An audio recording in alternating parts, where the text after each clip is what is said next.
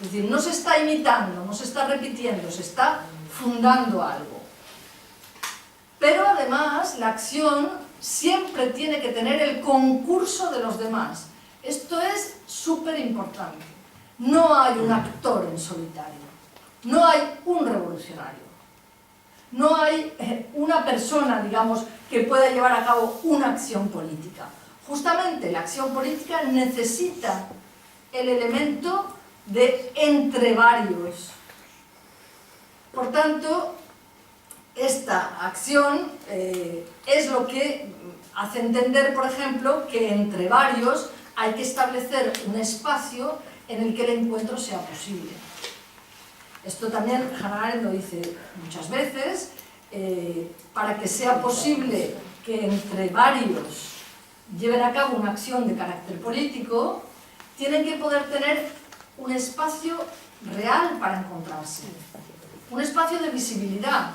Y además el espacio tiene que estar entre ellos, tiene que correr el aire, por así decirlo. Muchas veces ella dice, la solidaridad no es política, la solidaridad no es libertad, porque en la solidaridad estamos juntos, pegados, nos queremos, nos abrazamos, nos sostenemos. La solidaridad que desarrolló el pueblo judío entre sí no era política. Para que haya política tiene que haber mirarse, tiene que correr el aire entre varios, no me voy a decirlo, no de correr el aire, pero tiene que haber esa distancia que permite un reconocimiento, pero al mismo tiempo una confrontación. Y en esa confrontación, justamente, en esa discusión, en ese debate, en esa propuesta, en esas decisiones, es donde está la acción. Es eso. Pero para eso hace falta justamente el entre varios. Dirá Hannah Arendt, reflexionando sobre las influencias teóricas filosóficas de la Revolución Francesa y de la Revolución Americana, que la Revolución Francesa fue muy influenciada por Rousseau y la Revolución Americana mucho por Montesquieu. Y lo que ella establece como conclusión es que con Rousseau es muy difícil entender la acción política como la entendieron los americanos, porque Rousseau establece que el hombre es bueno por naturaleza y la sociedad lo estropea. Y, según Hannah Arendt, lo que los americanos tenían claro es que los hombres de bueno por naturaleza tenían poco. Y que en cualquier caso, si algo los podía mejorar, era la acción conjunta, o sea, la sociedad, la política, la capacidad de estar interpares, de discutir. Por tanto, había, digamos, como una variación, ¿no?, de Rousseau a no Rousseau. Muchas veces dice ella, ¿no?, que Rousseau está presente en la inspiración de los revolucionarios franceses y que no está presente en la de los revolucionarios americanos, que hicieron mucho hincapié en Montesquieu, que es alguien que piensa, por ejemplo, que el poder político tiene que estar dividido y que tiene que haber estamentos de poder diferentes para que no se convierta todo en una especie de dictadura de la plebe o algo así, ¿no? Bien, lo que los griegos nombraban como este interpares era lo que ella se refiere con la palabra isonomía, ¿no? La isonomía, de nuevo, es no la consideración, por eso fijaros cómo transita ella, ¿no?, de Grecia a los americanos, tal. Los griegos es verdad que no pensaban, nunca pensaron que éramos iguales por nacimiento. Lo que nos igualaba eran las leyes. O sea, por nacimiento somos dispares, somos desiguales, pero en el territorio, digamos, de la política es donde podemos ser iguales. O sea, es el territorio que nos puede hacer iguales. Es el territorio donde, ciertamente, no rige la obediencia, recordadlo, no rige unos mandan y otros obedecen, no hay, digamos, esa relación, sino que hay una relación realmente entre iguales. Por tanto, se discute, no hay nadie que pueda decirle a alguien, tú te callas, o tú esto no lo traes aquí, o lo que sea, ¿no? Bien, vamos a pasar a la autoridad. Yo creo que es quizá el problema más interesante, por lo menos el que más me ha interesado de este capítulo, ¿no? Y el que más me ha interesado como reflexión sobre sobre la revolución. Ella dice muchas cosas que algunas no sabría muy bien hasta qué punto. Casi hubiera deseado que profundizara un poco más porque me quedo como a medias con el razonamiento. Lo primero es que Hannah Arendt distingue entre autoridad y poder. Es una distinción que ha servido enormemente al feminismo de la diferencia, porque han hecho de eso, digamos, han escrito cosas, ¿no? Y se han inspirado en Hannah Arendt para escribirlas. Por cierto, que Ada Colau una vez tomó la palabra y distinguió públicamente entre autoridad y poder, lo cual me quedó muy satisfecha. Se lo sacaría por eso del feminismo italiano, porque no podría sacarse. Porque es simple, pero hay que habérselo pensado, ¿eh? La diferencia es la siguiente: la autoridad va de abajo arriba y el poder va de arriba abajo. O sea que es muy fácil de decir, ¿eh? El poder efectivamente es el poder que gobierna, ¿no? Pero la autoridad se reconoce de abajo arriba.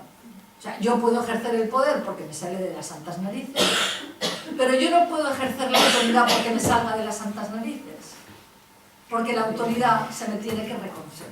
Es decir, yo querría que mi palabra tuviera autoridad, que si quienes escuchan o quienes tuvieran que secundar lo que yo digo no se la reconocen, por más bestia que yo me ponga, no puedo hacer que se reconozca. Y esa es la diferencia. Porque entonces la autoridad demanda obediencia, pero no la demanda ni por la fuerza ni por la persuasión. No la demanda por la fuerza porque entonces sería poder.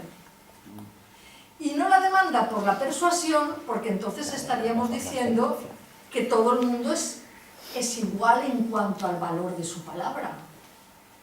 Y lo que yo estoy diciendo es que cuando hay autoridad y cuando ciertas personas, ciertas instituciones o ciertas teorías tienen autoridad, no tienen que argumentar, no tienen que persuadir. Es algo así como, dice Hannah Arendt, es más que una opinión y menos que una orden. Es la palabra de autoridad. Porque efectivamente tú puedes oír a un médico al que le confieres autoridad, o a un amigo, a una amiga a quien le confieres autoridad, y no necesitas hacértelo explicar todo para que te convenza, sino que de entrada ya estás más o menos convencida de que la palabra de esa persona, o de esa institución, o de esa teoría, ya vale para ti. Y por tanto tú ya has aceptado un cierto seguimiento, una cierta obediencia, ¿no? Vale.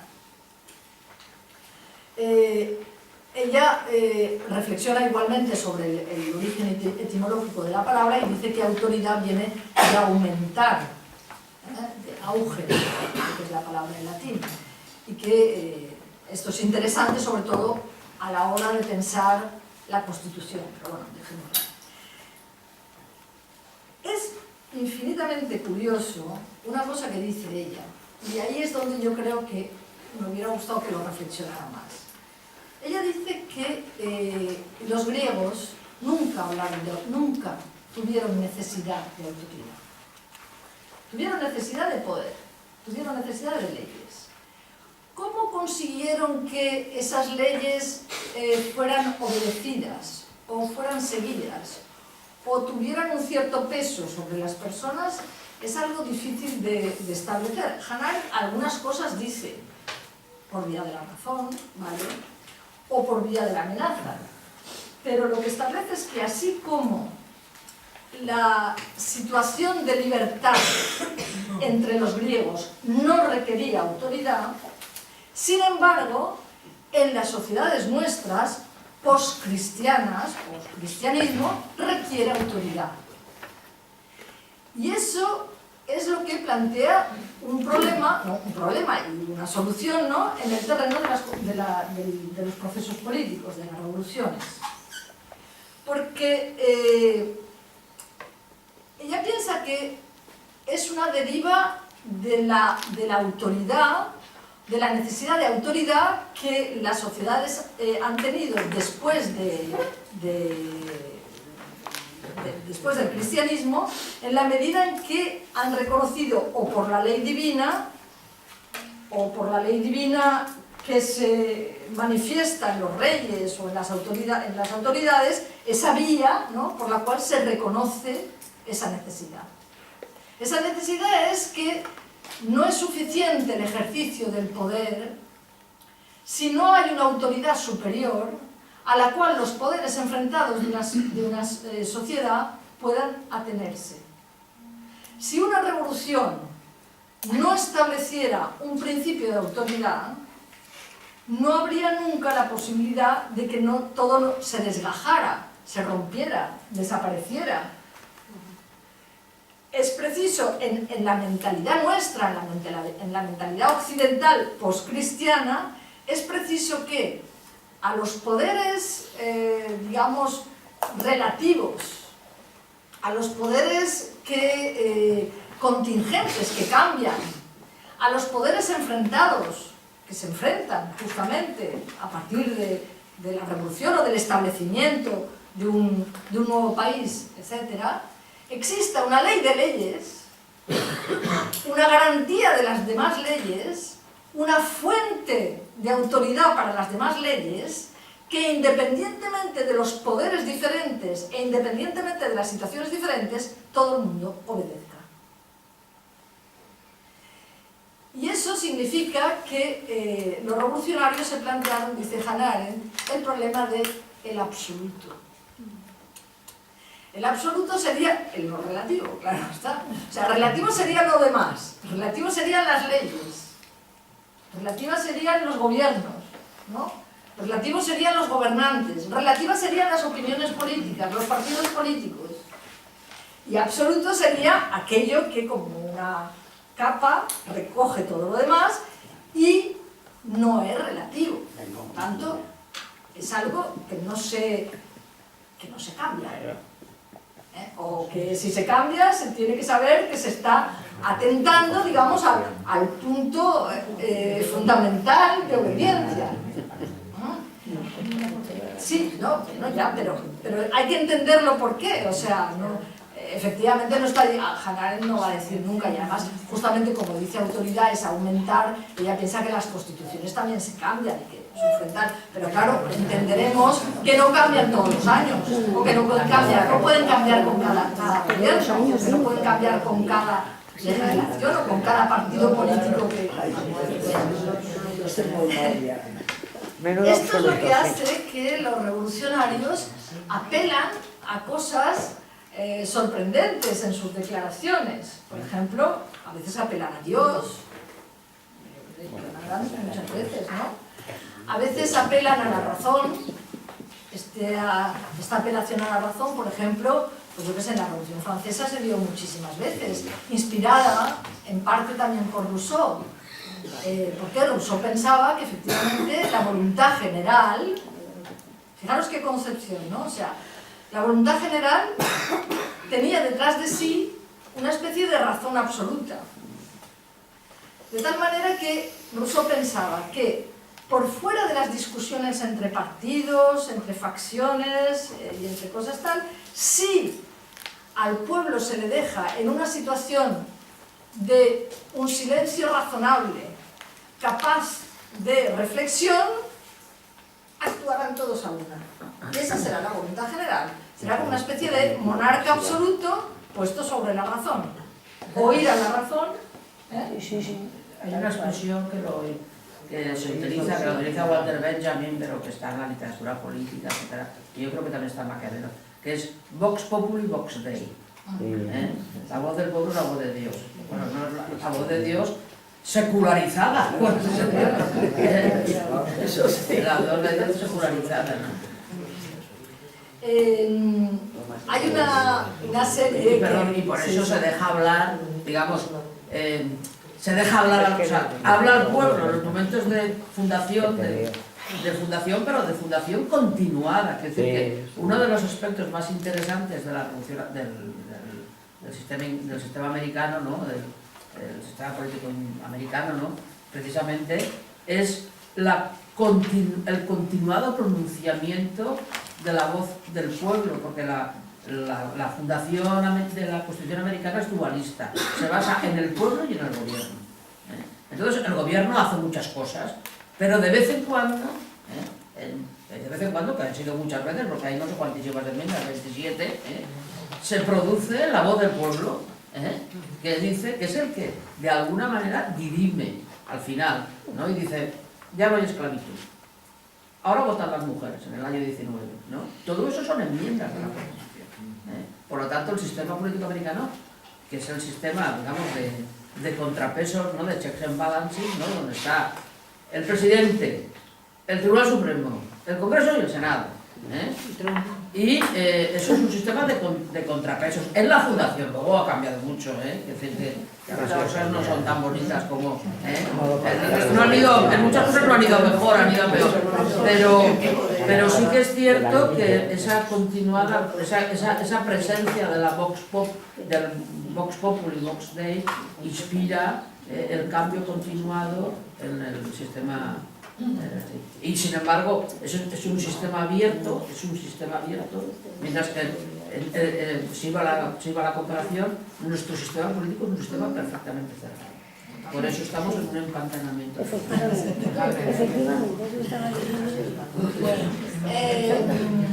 Hay una serie en HBO que Dolores me había recomendado y que es fantástica, que se llama John Adams. John Adams es uno de los padres fundadores y el segundo presidente. Segundo presidente de los Estados Unidos después de George Washington. En esta serie aparece John Adams. John Adams. Es la biografía de él y de su señora, que es un encanto a mí, que Adams, que es una mujer súper avanzada. Entonces, en esta serie aparece continuadamente Jefferson. Y John Adams no se considera a sí mismo... John Adams no se considera a sí mismo un buen escritor, un buen redactor, ¿no? Entonces, cuando hay que redactar la Declaración de Independencia, le encarga a Jefferson que la redacte. Y lo que dice en la película lo dice igual Hannah Arendt aquí, lo recoge Hannah Arendt. Y es que en un momento determinado hay como una especie de necesidad de petición de principio. O sea, como si cuando haces algo nuevo, ¿no? Un nuevo comienzo, tienes que apoyarte en algo trascendente, en un principio trascendente, en lo que se llama una petición de principio, ¿no? El por qué haces eso, pues eso hay una petición de principio. En esa petición de principio, Jefferson decía, atendiendo a los principios sagrados de la humanidad, y entonces hace este movimiento que es en parte restaurador, en parte que se basa en la naturaleza humana, una naturaleza humana que ya lleva el designio de Dios, etc. Entonces le dicen, hombre, sagrados. No. Y entonces Jefferson se queda así pensando y dice, evidentes por sí mismos. Y dice, pues eso sí. Fijaros, sí, pero es que tiene su aquel. Fijaros porque evidente por sí mismo es la autoridad. Evidente por sí misma. O sea, no necesita una demostración. ¿No? Está apoyada en la razón, a la cual le vuelves a dar un carácter absoluto, claro, porque si es evidente por sí mismo es que es evidente a los ojos de la razón, ¿no? Entonces, pueden transitar, pero pueden transitar poco, de Dios a la naturaleza humana y de la naturaleza humana a la razón, y poco más. Son los elementos de trascendencia. Ya digo que me hubiera gustado que Hannah Arendt hubiera reflexionado más de por qué en Grecia esto, sin embargo, no hizo falta. ¿Por qué no hizo falta? Yo creo que sí que yo no he encontrado el bueno, porqué. Yo creo que, vamos a ver, yo creo que de alguna manera la cosa tiene que ver con la isonomía. La isonomía quiere decir cuerpo de iguales. Entonces, cuerpo de iguales es porque el concepto de la democracia griega es entre iguales, que son los varones atenienses y que no tienen nada que ver ni con los extranjeros, ni con los esclavos, ni con las mujeres. Entonces, ese cuerpo de iguales, esa isonomía, es el peligro que le ve a Hannah Arendt, porque eso es la igualdad. Y eso hace peligrar la libertad para Hannah Arendt. La igualdad, y lo dice bien claro, dice la isonomía y la igualdad, y lo dice también Tocqueville. Eso es un peligro para la libertad, porque la igualdad acaba con la libertad. Eso, en ese sentido... Pero yo no pienso que esa sea la argumentación, porque, por ejemplo, lo que dice es que eso que podía ser, digamos, que la discusión pudiera llegar a un acuerdo sin necesidad de una autoridad exterior, sin embargo, eso no pesaba sobre el conjunto de la ciudadanía, a la que hubo que amenazar con una especie de infierno político, que lo inventó además Platón, donde después, es decir, el mal ciudadano acababa siendo castigado más allá de la muerte. Por tanto, sin esa amenaza era difícil que se siguiera tal. Bueno, sea como fuere, como no somos griegos y tal, que somos de aquí, pues nos inspiramos, digamos, en lo que tenemos cercano y la incógnita del por qué, pues no sé, si encontramos algo más, pues a ver si nos sale, ¿no? En cualquier caso, está claro, ¿no?, que entonces la Constitución es eso.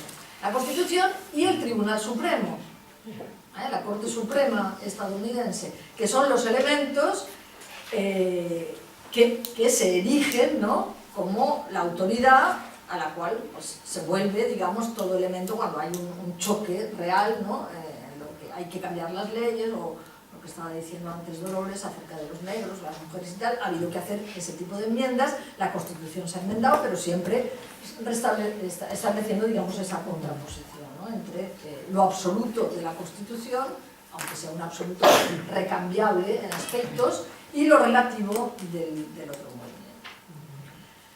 Bien, lo último que voy a tratar es la necesidad.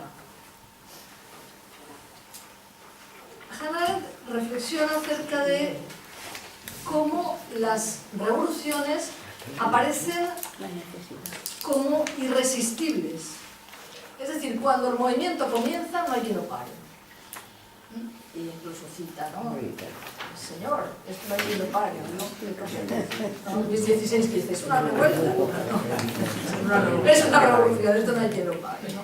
¿Qué ha pasado en la Bastilla? Dice, es una revuelta, dice, no, le contestas. Dice, no, sí, no es una revuelta, es una revolución. Vale. Lo que le interesa a Hannah Arendt es lo que ella llama la traducción conceptual de esa irresistibilidad del movimiento revolucionario en concepto tal que necesidad histórica.